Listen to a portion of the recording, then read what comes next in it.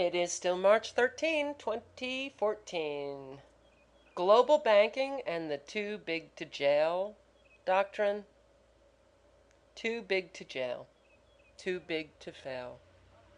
You see, any right thinking, critically thinking, uh, anybody should understand that nothing is too big to fail. Nothing and no one is too big to jail. You have this going on when you are living in a criminally corrupt system. We all know the saying, too big to fail. The way governments have managed the crisis caused by the banks has given rise to too big to jail, which is equally poetic.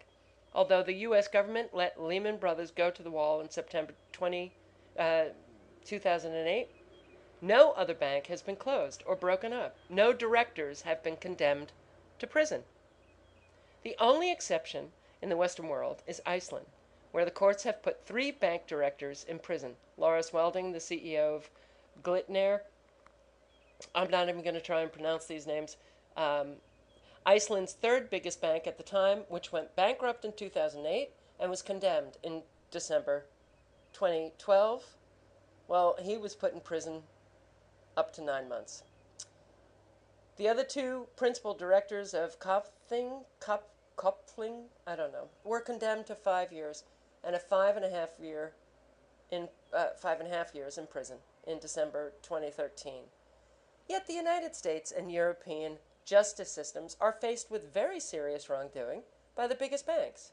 The organized fraud committed against its customers, small shareholders, and public shareholders, money laundering from organized crime, high-level tax evasion, plotting to manipulate interest rates, exchange rates, and financial markets, fraud, document forgery, insider trading, destroying evidence, embezzlement, complicity in war crimes. The list goes on. But we have an attorney general, when interrogated by a Senate committee, actually said this: I am concerned that the size of some of these institutions becomes so large that it does become difficult for us to prosecute them. When we are hit with indications that if you do prosecute, if you do bring a criminal charge, it will have a negative impact on the national economy, perhaps even the world economy. Really, Eric Holder? Really?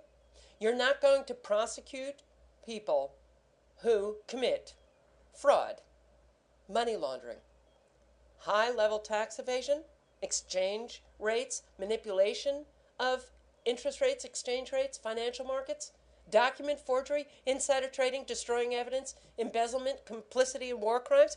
You don't prosecute them because you're afraid it's going to have an impact on the national economy? Crime doesn't have an impact on the national economy? Really? Anybody who is listening to mainstream media and actually believes that the economy is doing well, I don't know what to say to you. But clearly, you're liking the lies and you love remaining stupid. The outcome is clear. The fact that speculation in financial crime has caused the worst economic crisis for nearly a century is of little concern for justice, little concern for our government, Congress, the President, our top attorney general in the United States.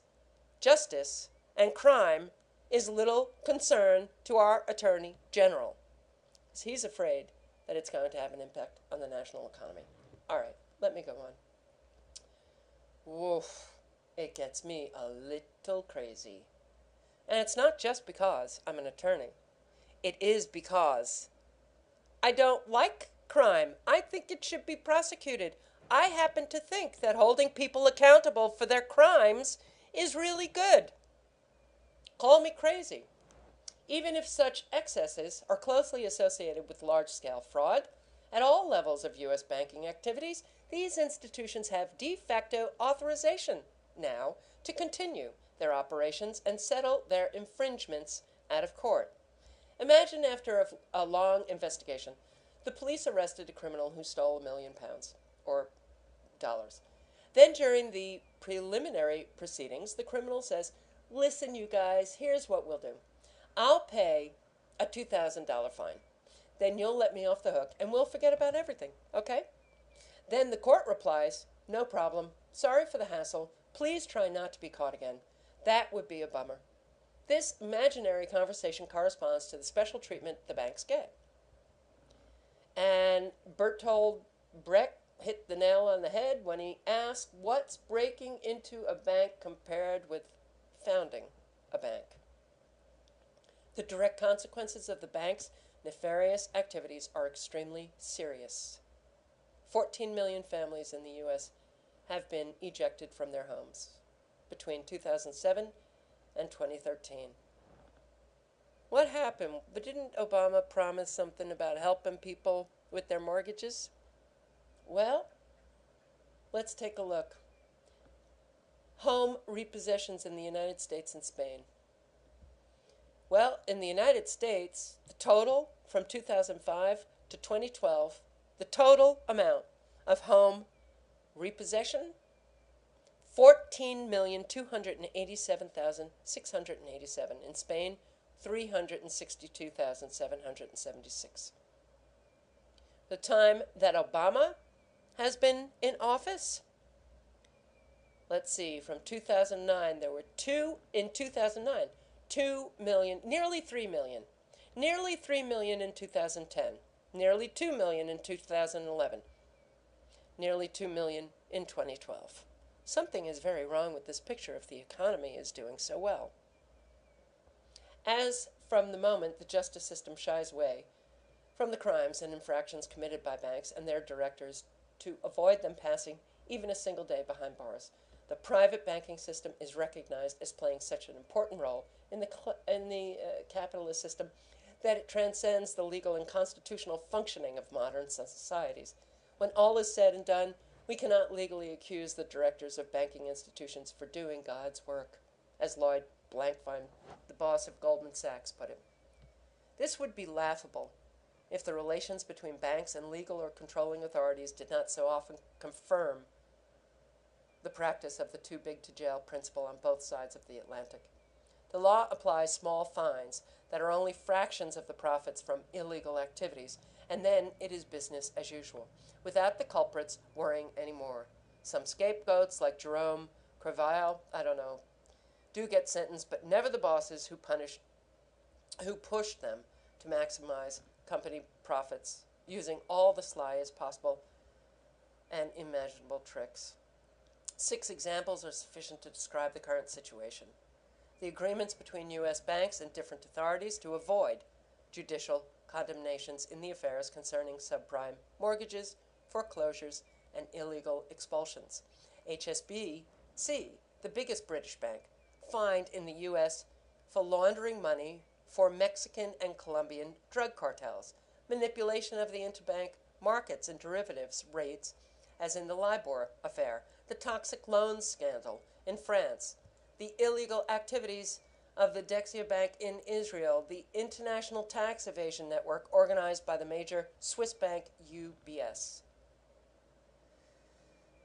Conclusion. It is clear that the banks and other world-class financial institutions, often acting in organized cartels, have brought cynicism and abuse of power to new levels rarely seen before. Today, after the governments have bailed out these entities that are guilty of speculative gambling with public money, the judges in charge of applying the law protect the guilty and justify a posteriori their illegal or criminal activities. Such a context in which impunity is the norm encourages the directors of financial corporations to commit more abuses and to be indifferent to the risks involved. The banks as institutions are not only never condemned, they are never even called to appear in court. These banks have traders such as Jerome Crevaille and few others, condemned for damages to the banks that employed them. The situation of the top bank directors is quite different. The amount of their bonuses increase as their bank's revenues increase, and may also increase if the bank's revenues fall, regardless of the origins of the revenues. whether illegal or from highly speculative operations. If the worst comes to the worst, they leave the bank, taking their golden parachute. They are not called to justice and keep all of their professional gains on their bank accounts. For as long as this perverted system continues, the abuse and pillage of public resources by the financial system will also continue. It is not only the bank's directors that are not bothered by the authorities, but also the banks themselves, to whom the too big to jail doctrine is applied. This is the demonstration of complicity and the mutually vested interest that exists between banks, their big shareholders, high authorities, and vital state institutions. In the case of serious breaches, we must root out the evil, withdraw the banking license from the establishments guilty of criminal activities, prohibit some activities definitively, prosecute directors and big shareholders. Damages must be awarded against directors and big shareholders. Finally, it is urgent to break up big banks into smaller units so as to limit the risks. Socialize these banks and put them under citizens' control so as to create a public banking service that will give priority to satisfying social needs and protecting the environment. It is simple. Why are we not doing it? We're not doing it because this benefits the bankers, and it benefits our politicians who are as corrupt as the bankers. They're taking money to pass laws that don't break up these banks and don't prosecute any of these bankers for their very clear illegal criminal activity. Thank you for watching.